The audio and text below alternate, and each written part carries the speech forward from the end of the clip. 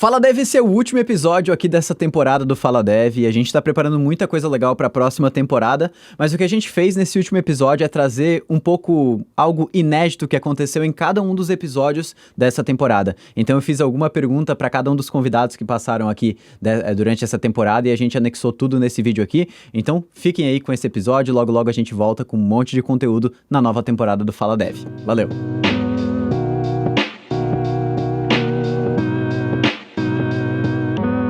Até que ponto vale a pena...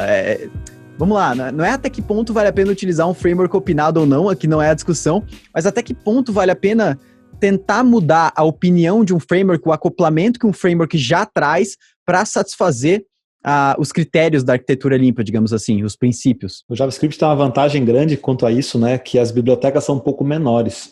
Se você pega uma arquitetura JVE, por exemplo, né, você já vem com toda uma opinião formada, né, sobre o que é uma entidade, o que é um controller, o que é, de repente, uma interação com o banco de dados, onde que cada coisa vai ficar. E, por exemplo, a minha arquitetura é muito essa, né, é Express e só, assim, o que eu tenho no Node é o Express. E claro, um conector com o banco de dados.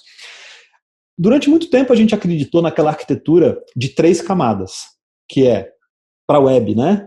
Uma que recebe a requisição, que antigamente, de certa forma, renderizava parte da view, né? Mas tudo bem, vamos entender que ela está ali recebendo requisições e devolvendo respostas, né?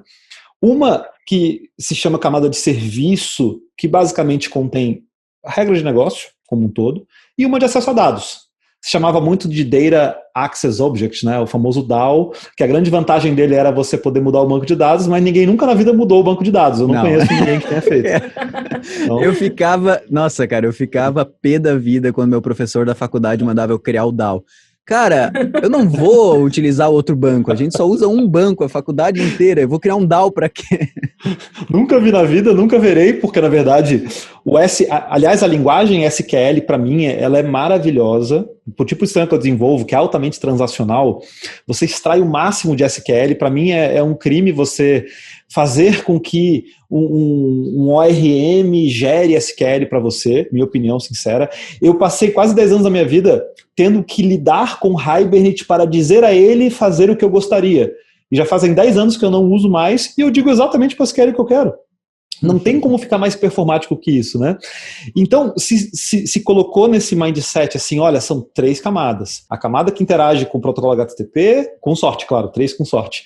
A camada de serviço e a camada de dados.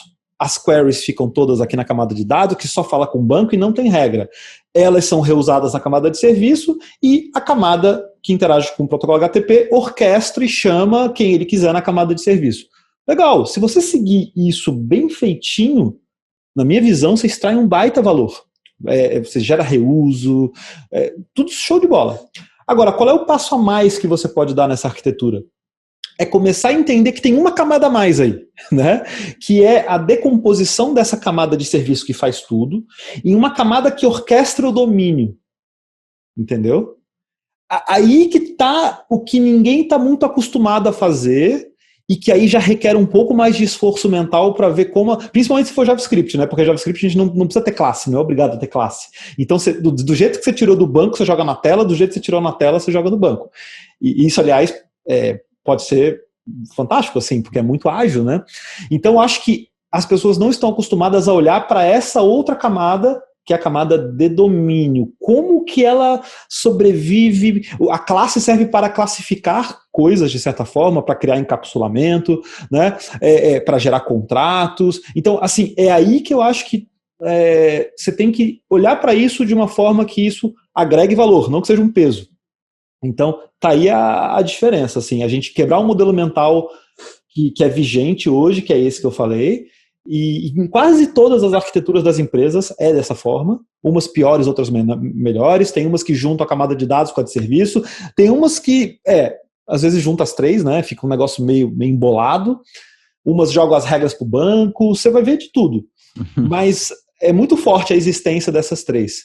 E aí, essa 4ª camada de domínio é que ninguém está acostumado a enxergar, né? Outra coisa que a gente gravou um podcast há pouco tempo, a gente gravou com o Rodrigo Branas e com o Otávio Lemos, que a gente falou sobre arquitetura. A gente falou sobre Clean Architecture, falou sobre Solid, falou sobre DDD, falou sobre esses design patterns no geral, que é outra coisa que, em grande maioria das vezes, também é ensinado de uma maneira um pouco chata, digamos assim.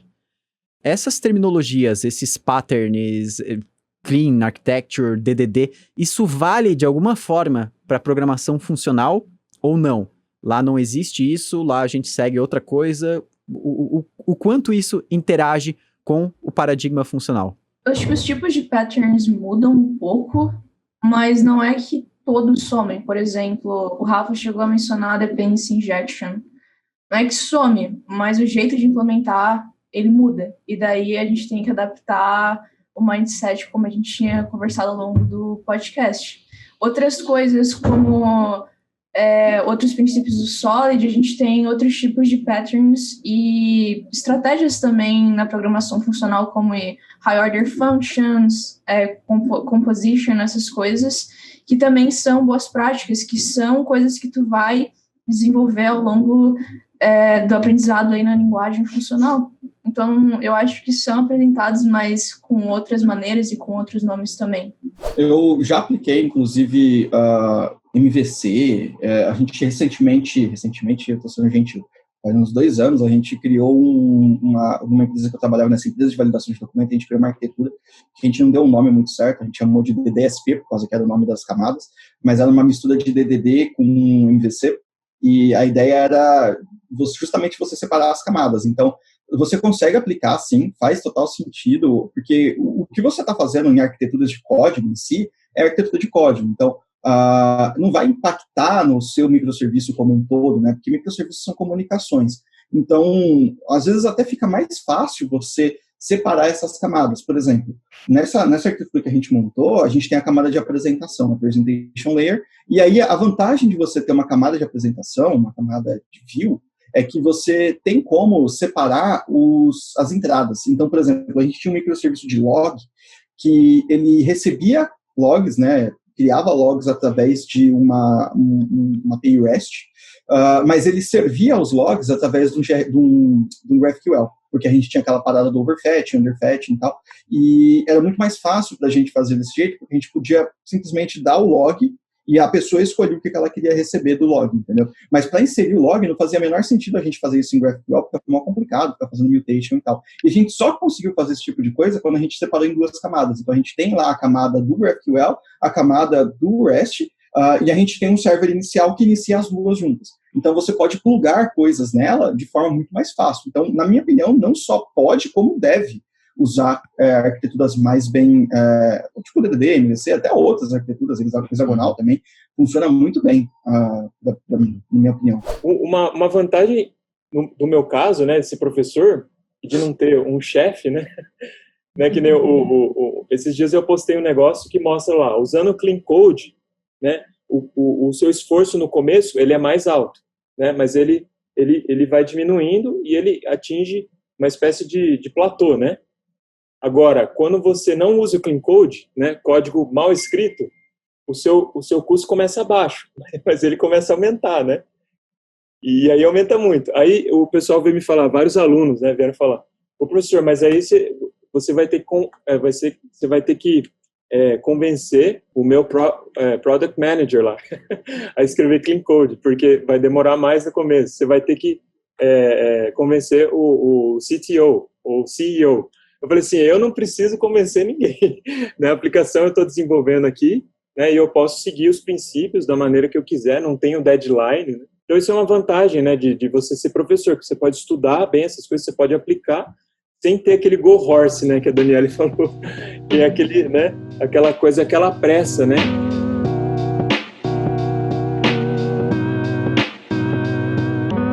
No final do dia a gente quer um código com os limites bem definidos, com responsabilidades bem definidas e em geral, com funções únicas, né? Com um motivo só para viver. O princípio Solid fala muito disso, né? E o funcional prega muito nisso também, já que a gente tem esse conceito de função pura de ter um resultado só. Então, a abstração ainda é válida e a mensagem mais importante é: o conhecimento não é perdido.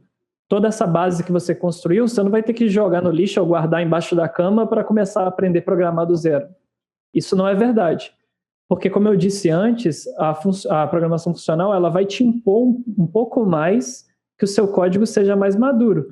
Então, se você já construiu toda essa base Solid, Clean Architecture, DDD, TDD, isso vai ser muito verdade.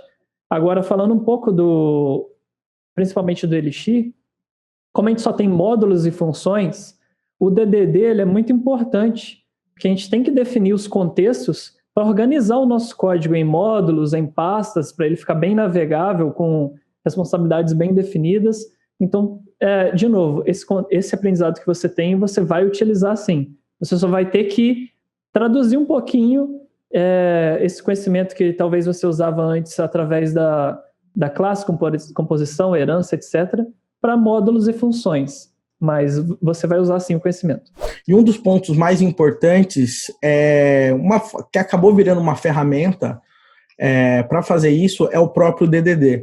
O DDD, antes mesmo de a gente chegar a escrever uma linha de código, nós temos aí alguns passos, né?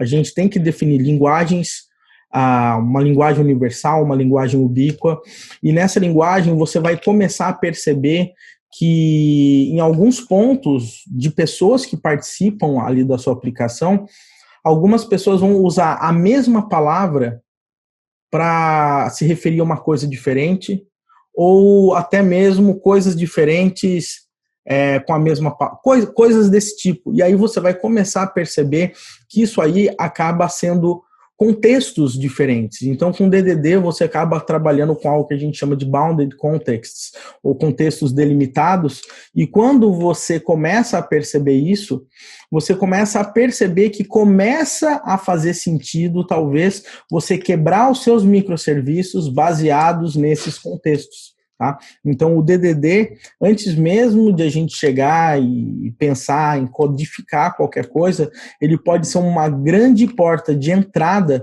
para você conseguir utilizar ele como ferramenta para você conseguir fazer a quebra dos seus microserviços. Então, se alguém estava com alguma dúvida de como que eu começo a quebrar meus microserviços, talvez a resposta DDD seja um bom assunto, porque ele vai te ajudar a delimitar os contextos, e normalmente os contextos delimitados fazem sentido em cada um seu microserviço.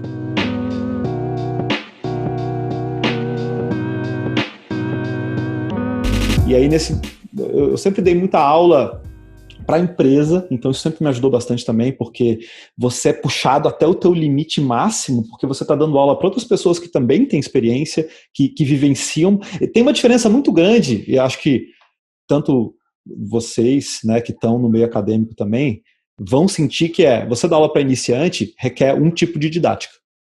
Você dar aula para pessoas bem experientes requer outro tipo de didática, né?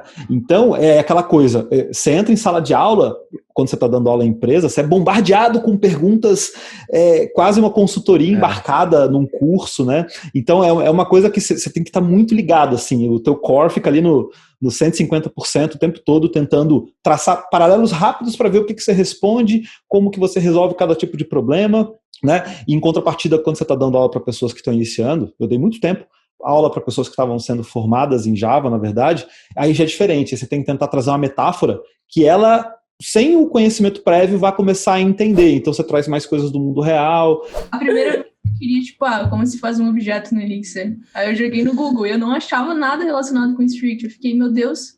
Mas esse erro é muito comum, e também é muito comum lá quando a gente vai trabalhar com bancos de dados, que tem uma lib que chama Ecto, que tem os esquemas. E é muito comum também a galera chamar os esquemas de models, que também não é verdade, mas todo mundo que começa comete esse mesmo erro. A minha forma de aprender foi fazendo analogia, né? Então, cara, o que dava de fazer analogia eu ia fazendo, assim, mesmo que era só na minha cabeça e eu não expressava isso ao mundo, assim, né?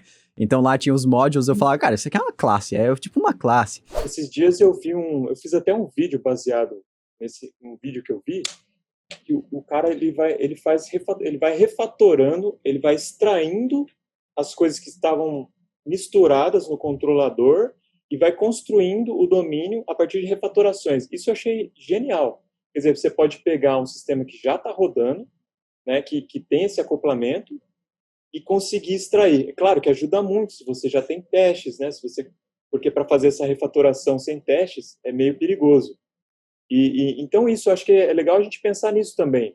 Como que a gente faz para, dado que a gente tem um sistema legado, como é que a gente melhora isso daí? Aos poucos, né? Não precisa ser uma coisa que você vai pegar o sistema inteiro e já vai transformar na Clean Architecture, né? Em uma coisa aderente à Clean Architecture. Mas como que eu faço para, passo a passo, ir melhorando? Tem um livro que é Working Effectively with Legacy Code. Isso. Né? Michael Feathers. Acho que é exatamente isso. Como é que eu pego um código legado que tem esses problemas e começo a trabalhar para melhorar a arquitetura. Eu acho isso muito legal também, porque muitas vezes esse é o problema, né?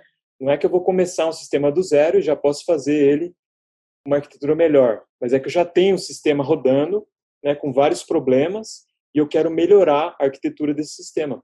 Então, é possível também, né, eu, por meio de refatorações e melhorando a arquitetura de um sistema legado. Até um ponto que o próprio Branas tinha citado antes na questão até de uso de microserviços, né? Às vezes você tem um software que você não tem mais, digamos, recursos para conseguir fazer alterações lá dentro de arquitetura ou qualquer coisa assim. Às vezes vale mais a pena você desacoplar alguma funcionalidade lá de dentro em um serviço externo do que tentar mudar de dentro para fora, né? É muito difícil, né? E é o desafio de muitas empresas, né? Eu passei por várias empresas que tinham sistemas assim legados que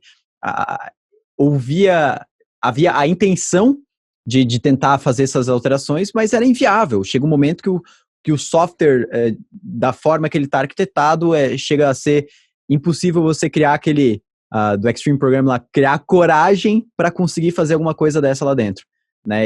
Mas cara, assim, é realmente muito legal. Assim, hoje, praticamente, assim, a stack que eu utilizo também é quase que o Express, meu amigo de toda viagem, e o driver de acordo com o banco de dados que for utilizar.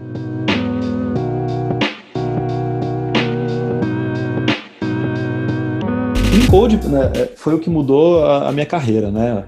Em 2009, 2008 eu estava assim num momento em que eu estava pensando em mudar. Eu já tinha 7, 8 anos de experiência, já tinha um monte de certificação, já era formado, mas me bateu um pouco essa insegurança de não estar muito satisfeito com aquilo que eu estava fazendo no dia a dia.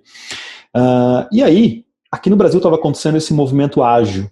O Manifesto Ágil ele é de 2001, né? Ele tem mais tempo, mas os primeiros eventos aqui no Brasil são de 2008 e 2009. Não sei se já chegaram aí algum Edge Brasil, vários eventos aconteceram no Brasil, e eu trabalhava numa empresa que era meio referência nessa área. Eu não conhecia, quando eu entrei eu não conhecia, não sabia o que era Scrum, Lean, XP, Kanban, e aí eu comecei a aprender cada vez mais. Eventualmente até comecei a dar consultoria nessa área, comecei a ir em cliente para falar especificamente disso, e eu acho que foi um movimento que abriu os olhos das pessoas da importância de você olhar para a automação de testes, olhar para você ter um continuous delivery, para que você estruture bem a sua aplicação, para que você tenha um pace sustentável, muito nos princípios do Extreme Programming, né, como o Otávio falou agora. O Clean Code, para mim, ele apareceu um pouco no meio desse movimento. Quando eu descobri o que era, eu li o livro, aí eu realmente vi que era ali que eu estava sentindo mais dificuldade. Eu não sabia se o código que eu estava escrevendo estava indo por um caminho bom ou ruim, eu não sabia por que tinha tanto defeito, eu não sabia por que eu levava tanto tempo para achar uma linha para que eu pudesse fazer uma modificação. Então isso trouxe meio que toda a importância de fazer teste, toda a importância de escrever um código de qualidade, e eu comecei a dar palestra em universidade, empresa, e a coisa foi crescendo. Eu cheguei a dar esse curso para equipes, na verdade, né, que trabalhavam com a linguagem C, C++, Java, JavaScript, C#. Então, assim, é muito independente, sabe? São princípios tão simples quanto qual é o nome que você vai dar para essa variável? Né? Como é que você vai estruturar esse if? Você vai botar um else? Você não vai botar um else? Você vai quebrar isso aqui em 2 métodos? Você vai fazer em um só? Então são coisas muito assim, para mim é tão próximo quanto eu vou escrever uma redação, eu vou escrever um artigo, eu vou escrever um livro, e eu saber usar a língua portuguesa para me expressar bem. E a mensagem que chega do outro lado vai ser ou não vai ser entendida? Para mim, Clean Code é a mesma coisa, tá? Então, Clean Code lida muito com o código, né? Aquele código que você está concebendo, se ele vai ser claro o suficiente para transmitir a mensagem dele para outros seres humanos. O computador vai entender, o computador entende código binário, né? E aí, quando a gente começa a olhar para Domain Driven Design, por exemplo, essa obra do Eric Evans, que é de 2004, 2003, 2004, ele já vai um pouco, na minha visão, puxando a orientação a objeto, os princípios da orientação a objeto, né, do polimorfismo, de você manter a coesão alta, né, o acoplamento baixo, você falar uma linguagem que ele chama de ubiqua, onipresente, né, na versão traduzida em inglês é ubiquitous language, né, que é você trazer um jargão que a área de negócio e a área de tecnologia consigam se comunicar bem, e aí você começar a estruturar a tua aplicação, e nesse ponto ela lembra um pouco o que o Robert Martin traz em Clean Architecture, lembra o que o Alistair Cockburn, que é um dos caras que assinou o Manifesto Ágil, traz em Ports and Adapters, né, que é a arquitetura hexagonal, lembra o que o Jacobson falou lá como é que é o nome? No BCE, o Copeland com o Heinzkal no DCI, que é nada mais nada menos do que você olhar para a tua estrutura e separar em camadas que mudem pelos mesmos motivos. Acho que tem um pouco a ver com isso. Se eu pego o que a gente chama aí às vezes de controller, né? Que acho um nome até meio curioso, assim, porque ao longo da história, controller já foi usado para coisas diferentes, assim, em termos de nomenclatura, né? Controller já foi usado para muita coisa, cara. Para muita coisa. E aí tinha muita gente que escrevia o código, a regra de negócio no que a gente chamava de controller, né? Na época do Struts, por exemplo. Struts chamava de action, né? Não era de controller. Era action. Action, mas tinha gente que até chamava de controller. E aí a pessoa vai lá e escreve, por exemplo, um monte de regra de negócio ali. Aí você começa a pensar, poxa, peraí, a responsabilidade dessa camada é receber requisição, extrair parâmetros, definir códigos de retorno, e isso tem um motivo de existir. É porque eu interajo com um protocolo chamado HTTP que vai ser consumido por um navegador. Se naquele meio daquele código eu começo a escrever também, o saldo do contrato ele é igual ao saldo das compras, menos o saldo dos descontos, menos as renegociações, mais as multas e os juros. Peraí, mas isso eu escrevo por outro motivo. É por causa da regra de negócio associada ao cálculo de saldo de contrato. Quando eu misturo essas coisas, no mesmo lugar físico, eu mudo por motivos diferentes. Então eu quebro essa ideia, se falar em Solid, né, da single responsibility, né, eu quebro o princípio, porque eu estou colocando tudo no mesmo lugar. Então a minha manutenibilidade ela vai começar a ficar prejudicada, porque as próprias interfaces não são muito bem definidas, né? Eu não deveria chegar nesse bloco de código somente por um protocolo HTTP, eu deveria ter uma interface mais bem, um contrato, né, uma interface mais bem definida. Aí, peraí, mas para eu ter isso, quer dizer que eu tenho que ter camadas? Eu tenho que segmentar isso em responsabilidades, que se a gente pegar, por exemplo, a Clean Architecture, a Onion Architecture, eu tenho um núcleo, que aí ele tem mais a ver com o que o Eric Evans chama de domínio, né? Da complexidade do software tá ali, e aí eu tenho camadas mais externas que vão tanto orquestrar esse domínio, pensa na camada de aplicação, caso de uso, vai depender do autor, tá? E aí eu tenho os protocolos de comunicação ainda fora dessa camada de orquestração, então eu começo a ter... tem gente até que exagera um pouco nessa abstração. Não, eu vou abstrair até o framework, até a biblioteca, para eu ser totalmente independente. Isso é legal? É legal, eu posso mudar uma biblioteca com um instalar dos dedos, assim. Agora, e o trabalho para fazer isso? Será que compensa? Né? Então, a diferença entre esses movimentos está exatamente aí. Enquanto o Clean Code você se preocupa muito com como você escreve, é como você pensar assim, os parágrafos que eu escrevo tem mais a ver com Clean Code, e os capítulos que eu escrevo, a estrutura, a narrativa que eu uso, a linha metafórica que eu uso para transmitir a ideia daquela obra que eu estou fazendo, tem mais a ver talvez com as camadas, a arquitetura, o que fica em cada lugar, né? E uma startup que tem a ver com mudança, que muda o tempo todo, se ela realmente pegar o caminho errado, ela pode ter que refazer tudo o tempo todo, então ela perde competitividade. Enfim, aí acontece aquele ciclo que dificilmente ela consegue ter sucesso. Então, eu acho que é tudo muito complementar, né?